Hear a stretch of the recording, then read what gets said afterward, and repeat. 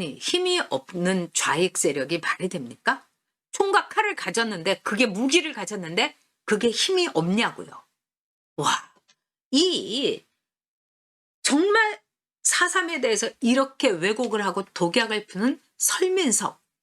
제가 보기에는 국가보안법 대상이에요. 왜?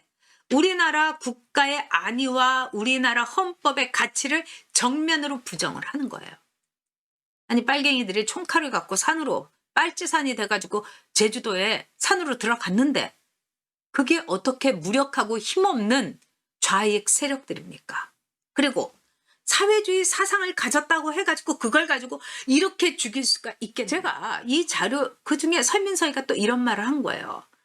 어머니가 아기를 안고 있는데 좌익 세력이라고 해갖고 그 아이를 어머니를 젖먹이던 어머니를 죽여가지고 아이가 막 바들바들 치면서 엄마 옷섬을 펼쳐가지고 젖을 빨려고 했다. 이러니까 그 KBS 방청하던 그 엄마들 막 눈물을 막 흘리는 거예요. 제가 이걸 보고 와, 나치들이 저런 식으로 감성몰이를 했겠구나. 빨갱이들이 저런 식으로 하던 방식을 이 설민서이가 그대로 하고 있구나. 저는요 너무너무 섬찟했던 거예요. 게다가 이 설민석이가 뭐라고 했느냐.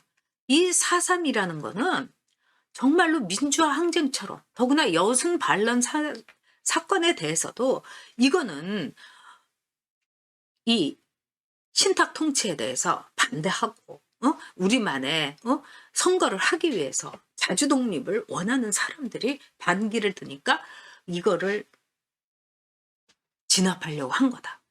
그리고 4.3에 대해서도 마찬가지다. 뭐 이런 식으로 진짜 가짜뉴스로 호도한 거예요. 4.3은요. 건영의 지시에 의해서 김달삼이가 이 제주도에 있는 남로당 500명을 데리고 양민을 학살하면서 시작된 폭동입니다. 공산당의 폭동이에요. 이렇게 말한 사람이 누구냐? 김대중이에요. 김대중 대통령이 4.3이 어떤 거냐? 이렇게 물으니까 4.3은 공산당들의 지시에 의해서 남로당, 제주 남로당 500명의 일으킨 폭동이다. 이렇게 김대중 대통령이 이야기를 했어요. 김대중 대통령도 폭동이라고 했습니다. 여순 사건, 여순 민주화 택도 없어요. 반란입니다, 여러분. 리볼트예요. 오죽하면 여러분 4.3이 70년이 되고 여순이 뭐 그렇게 됐는데도 왜 민주화 항쟁이라는 말을 못 붙일까요? 사상기념관이라는 자기네들의 이 공산당의 성지가 있어요. 제주도에. 저 거기 한번 가보고요.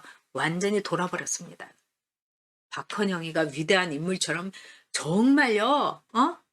어마어마한 사진이 딱 걸려있고 조병옥 박사는 이러면서 막 야비한 표정으로 요만한 사진 걸어놓고 완전히 미군들 무기는 막 어마무시한 거 놓고 그 다음에 이 빨갱이들이 가졌던 뭐 총칼 이런 거는 전시를 했는데 아주 이 낡은 것만 하고요. 오히려 빨갱이들이 그때 전시를 그 총칼을 더 많이 가졌었죠. 왜 그러냐? 제주도는요 남로당으로서 그 당시에요 아주 특별 지구였어요. 워낙 산도 험하고 산세도 험해서 빨치산 하기에 굉장히 좋은 데였다는 겁니다. 이 지리적 환경이.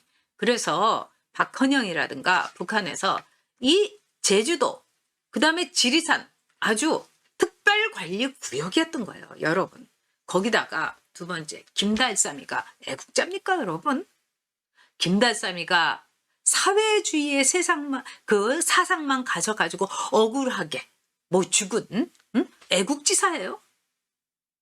설민석의 얘기를 들으면 완전 애국지사로 우리가 막 추앙하고 독립운동가로 해가지고 떠받들어야 되겠다고요. 역사에 대해서 쥐뿔도 모르는 것이 역사에 대해서 제대로 공부하지도 못한 것들이 무식하면 용감하다고가 아니라 무식하면은 이런 식으로 거짓말을 한다고. 문재인도 마찬가지입니다. 김원봉이가 무슨 애국지사입니까? 지가 판도라 영화 하나 보고 밀정 영화 하나 보고 나서 착한 건 안 읽은 사람이.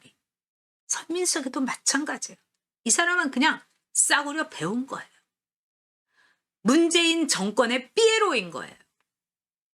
김달삼이는 여러분 지금요 북한에서 추앙받고 있는 정말 공산당의 영웅입니다. 김원봉이도 영웅이에요. 6.25 때 김원봉이가 얼마나 큰 활약을 하고 가서 그냥 적화시키는데 엄청난 역할을 했어요. 우리 양민만 200만 명이 죽었어요. 근데 그런 김원봉이를 뭐 독립유공자로 하자고?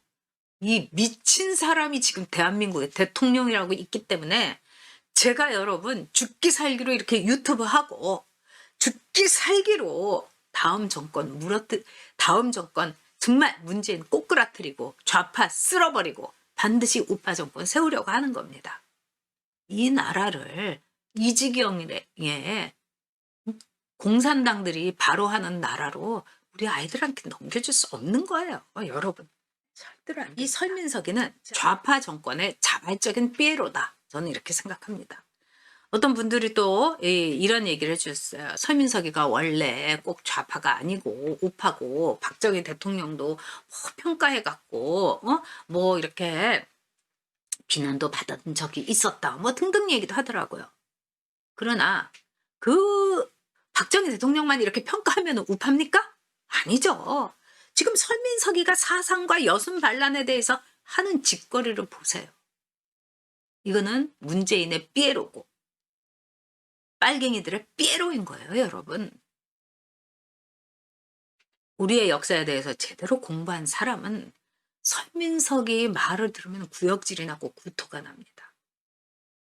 설민석이는요, 우리 이 역사의 장에서 아무리 왜곡이고 싸구려고 삼류 역사고 무슨 인터넷 강사고 하더라도 반드시 역사의 법정에 설민석이는 세워야 됩니다. 4.3에 대한 왜곡, 여순 반란 사건에 대한 왜곡 절대로 용서할 수 없어요. 설민석이가 좌파 우파의 생각도 없이 먹고 살래니까 그 다음에 정권 바뀌니까 쓱 돌아서 좌파의 이야기를 한다? 그게 나쁜 거예요, 여러분. 정권에서 줄을 서려면은 딴 식으로 서야지. KBS에 나와서 그 죄 없는 그 순수한 정말 어린아이들한테까지 이런 4.3에 대해서 왜곡된 그리고 무슨 6.25만 하더라도요. 얼마나 많은 양민을 저 김일성이하고 빨갱이들이 살해했습니까? 여러분. 그런데 무슨 문재인이가 김정인이를 꽉 껴안아주고 이설주하고 히히닥거리는 김정숙. 전 노무현도 싫어합니다. 뭐 여러 가지로 싫어하죠. 근데 용서할 수가 없는 게 자기 마누라가 빨치산의 딸이라고 해갖고 그 문제를 하니까 그럼 이혼하란 말입니까? 버릇없는 것. 죄송하다고 해야 되는 거죠. 저희 아내도 뉘우치고 있습니다. 저희 아내도 아버지를 부끄럽게 생각하고 있고 아버지에 의해서 숨진 학살당한 열 몇 분에 대해서 참회하고 있습니다. 이렇게 얘기했어야 되는 거죠.